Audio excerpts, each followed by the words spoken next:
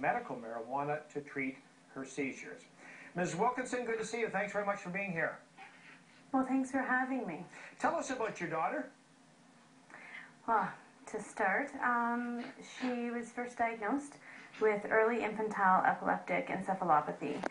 Basically, that means uncontrollable seizures. Her first recorded seizure was at 29 minutes old, and from there it hasn't stopped. She's 8.5. She has seizures how often?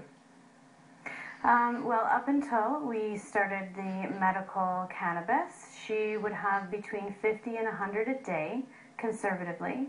All types, myoclonic seizures, complex partials, tonics, tonic-clonics, which is what they used to call grand mal.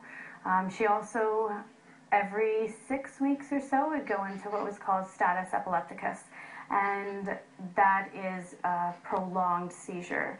And her shortest status epilepticus was 2.5 hours, and her longest was over 22 hours, and in which case she's put into a medically induced coma. So what can you do for someone who has these kinds of seizures? What can the doctors do to help you? Up until this point, what they've been doing is just playing a med game. It's all trial and error. They try several different drugs. My daughter has been on dozens of drugs, none of which have worked. Some have worked for, a week or so and then stopped.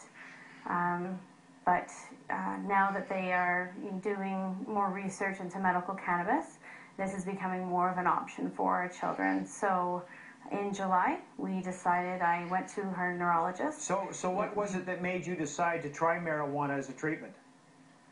In July, she ended up again in another status epilepticus. She was about a 10-hour seizure. She was in a medical coma on a ventilator, and her neurologist said to me, sometimes there's just nothing left for us to do. And to me, that just wasn't good enough. So I cried and begged for him to sign off. At that point, it was the MMAR program through Health Canada, to sign off for her to be allowed to receive medical cannabis, and he did. I asked him if he thought it would work. He said no, but he didn't think that it would hurt her. And within almost immediately, it started working. Sarah Wilkinson, thank you for sharing your story. Good luck to your daughter. We really appreciate your time. Thank you. Thank you. Right now, our top story, of course, is the shooting in Fort Hood.